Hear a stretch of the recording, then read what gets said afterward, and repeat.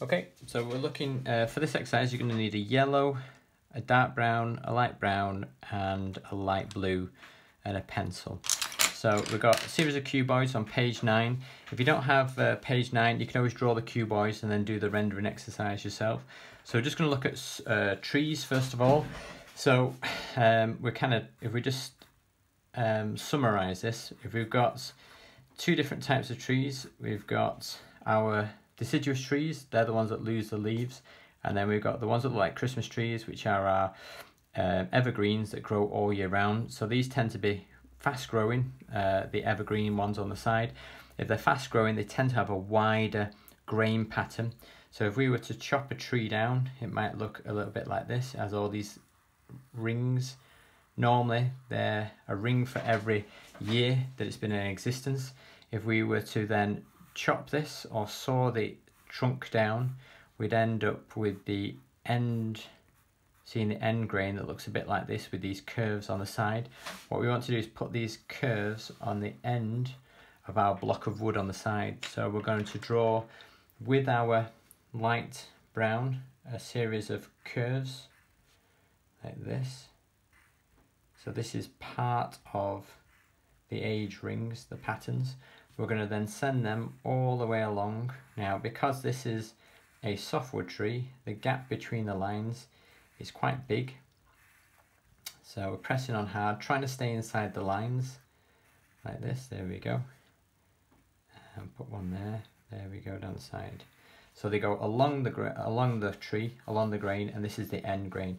What we can then do is we can just fade those up to the next line. So we're kind of pressing on hard and then blending them up to the edge. So press on hard and then fade them, press on hard and fade them, press on hard, fade them.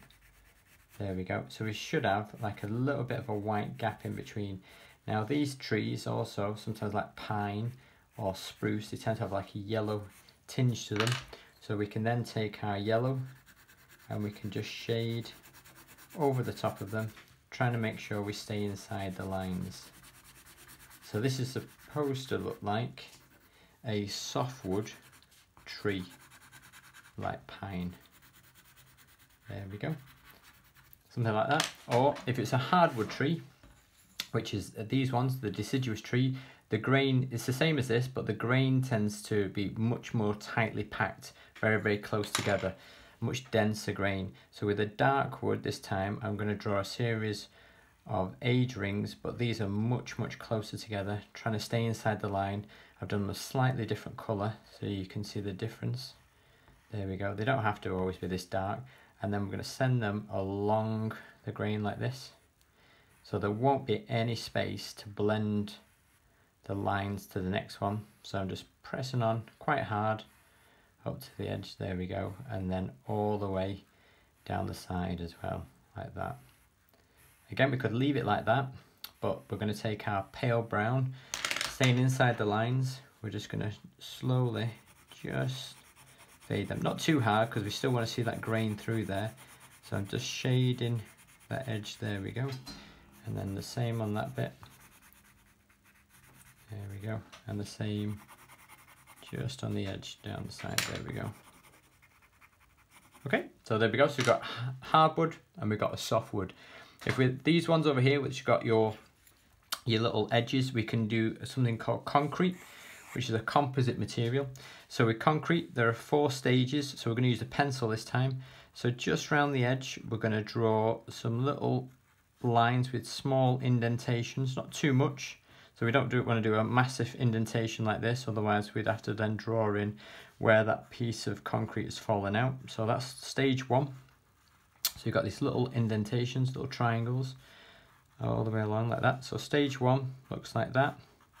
Stage 2, we can put these random triangles scattered, and these could represent a bit of aggregate like stone or an air pocket. So stage 2, triangles. Stage 3, we're going to put a bit of texture. Again, this could be smaller bits of aggregate, stone, because in concrete it's made up of a number of materials: water, cement, sand and aggregate. So we're kind of pressing onto there.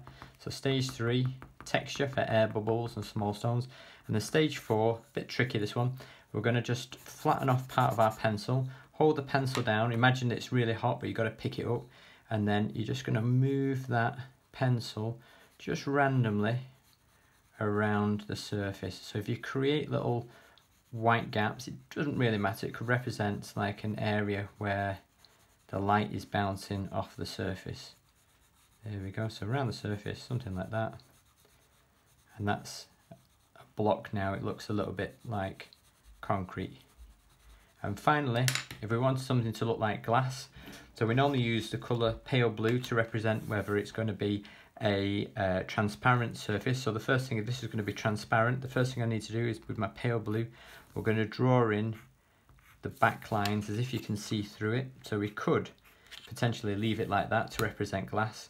Alternatively, turn that off, we could then just shade each of the edges and fade them in. So I'm just shading each of the edges, fade that in. Same with that one. Pressing on not too hard, but then blending it so it fades into white. So pressing on, fade in, press on, fade it in. The same on the two edges, press on, fade it in. So we could then leave it like that, something like that. Or alternatively, the last thing we could do is with our ruler, if we then add a series of random parallel vertical lines. So some of them are long, some of them are short, all starting at the top here. So on these two edges, we could draw a series of little highlights coming down the surface to try and suggest that it's a transparent surface on there.